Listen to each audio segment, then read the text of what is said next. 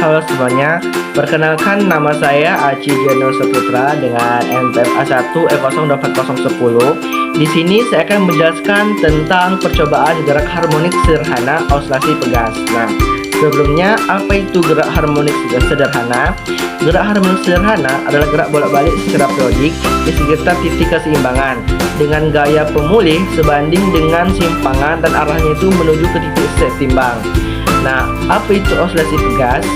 Osilasi pegas itu adalah gerak bolak-balik suatu massa yang dihubungkan pada pegas secara periodik di sekitar titik, yang terjadi karena adanya gaya pemulih pegas yang selalu berusaha untuk mengembalikannya. Nah, adapun tujuan dari praktikum kali ini, satu, memahami konsep gerak harmonik sederhana pada pegas, dua, yaitu menentukan konstanta pegas. Nah, di sini kami juga menggunakan beberapa alat tambahan seperti statif. Statif itu berfungsi sebagai alat penyangga atau penopang agar beban tidak tergeser. Dan kedua yaitu penggaris.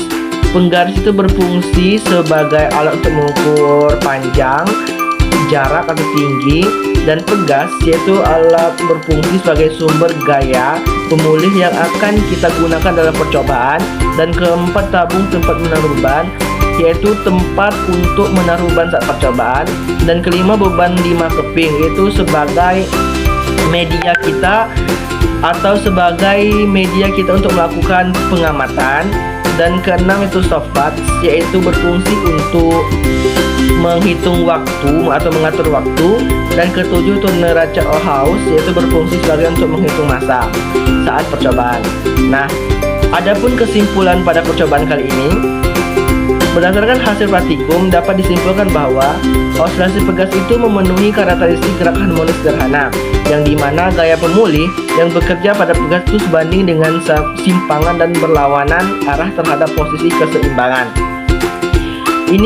Ini merupakan sesuai dengan hukum Hooke.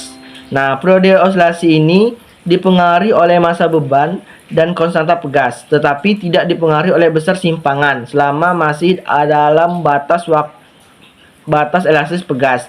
Semakin besar massa yang digunakan, periode osilasi akan semakin besar. Perbedaan antara hasil pengamatan dan teori dapat disebabkan oleh faktor-faktor lainnya. Nah, adapun saran dari percobaan ini, sebaiknya sebelum melakukan percobaan, sebaiknya kita itu dianjurkan untuk membaca modul terlebih dahulu agar untuk meminimalisir kesalahan yang akan terjadi saat praktikum. Nah, itulah teman-teman yang dapat saya sampaikan.